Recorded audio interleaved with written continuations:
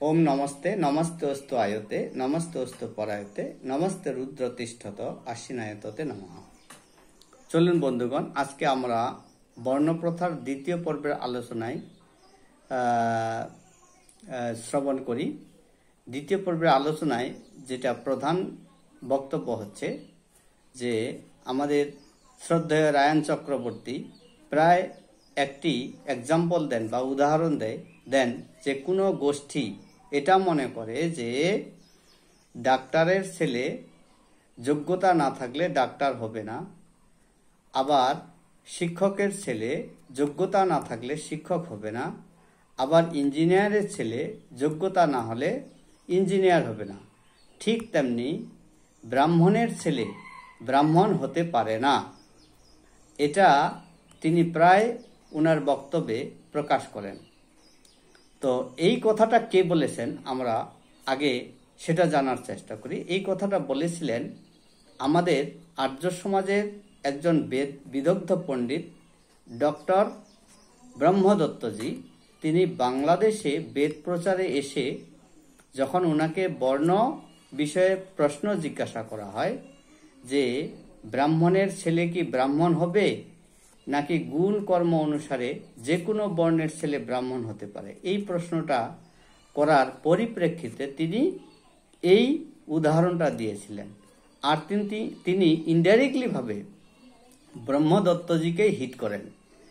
আমি সেই প্রশ্নের জবাবের জন্য আজকে দ্বিতীয় পর্বের বর্ণপ্রথার দ্বিতীয় পর্বের ভিডিওটি আপনাদের সবার জ্ঞাতার্থে আপলোড করছি।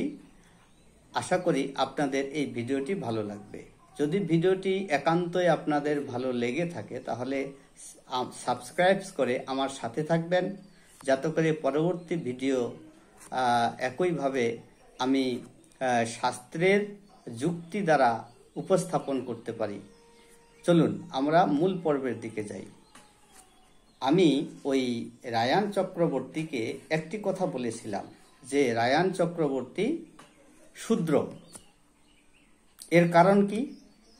কারণ যেহেতু মহর্ষি মনুস্মৃতির দ্বিতীয় অধ্যায়ের 168 নম্বর শ্লোকে বলছেন যে একজন ব্রাহ্মণ যদি নিত্য বেদোধ্যায়ন না করে, অর্থাৎ ব্রাহ্মণাদি তিন বর্ণ যদি নিত্য বেদোধ্যায়ন বা স্বাধ্যায় না করে, তাহলে উক্ত ব্রাহ্মণ তথা বৈশ্য ক্ষত্রিয় পরিবারের স্ত্রী পুত্র সমেত শূদ্রত্ব লাভ করে।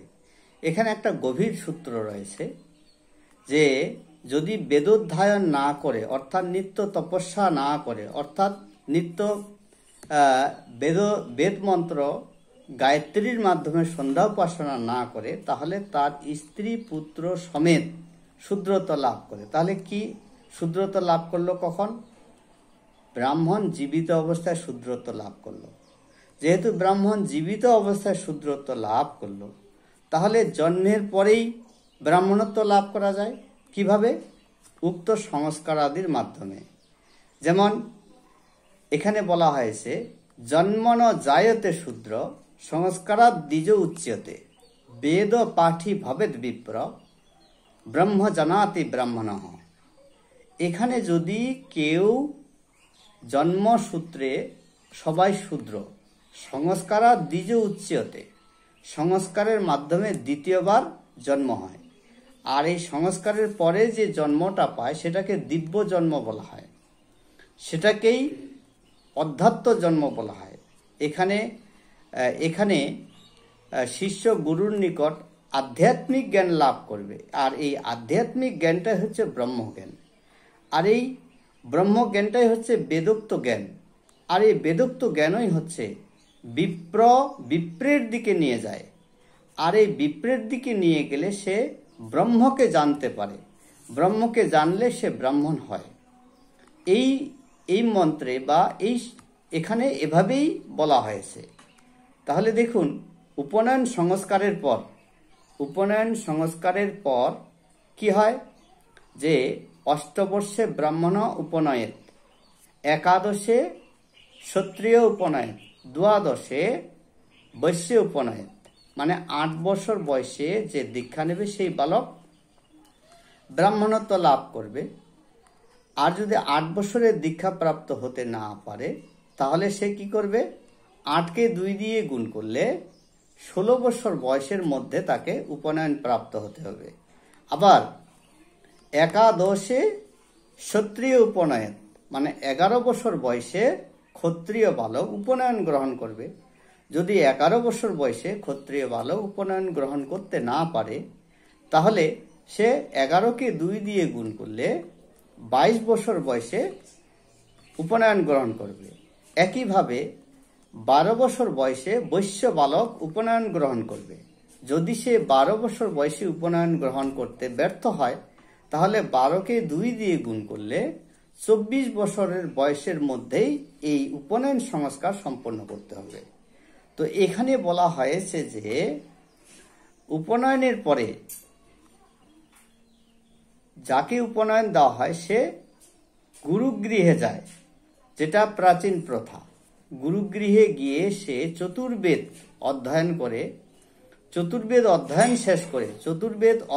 শেষ করে গুরু যখন মনে করবে যে এর চতুর্বেদ অধ্যয়ন শেষ হয়েছে তখন সে ওই গুরুজন ব্যক্তি ওই বাচ্চার জন্য একটি সমাবর্তন নামক একটা অনুষ্ঠান করে আবার পিতৃগৃহে পাঠিয়ে দেয়। তাহলে এই যে 8 বর্ষের পরে পূর্ণ একটা দীর্ঘ সময় বেদোধ্যায়ন বা বেদ চর্চা বা বেদের জ্ঞান লাভের জন্য গুরুর নিকট চলে গেলেন বা গুরু গৃহে চলে গেলেন, এই যে সময়টাকে বলা হয় ব্রহ্মচর্য সময়। এই ব্রহ্মচর্য সময়েই ব্রহ্ম বিষয়ক জ্ঞান লাভ করে। তাই সে ব্রহ্ম জানাতি ব্রাহ্মণ, তাই সে ব্রহ্মকে জানতে পারে এবং ব্রাহ্মণ হয়। তো এই পর্যন্তই আজকে আমরা 3য় পর্বের আলোচনায় আরেকটু শাস্ত্রোক্ত উদাহরণ দ্বারা ডিটেলস ভাবে জানার চেষ্টা করব। নমস্তে বন্ধুগণ।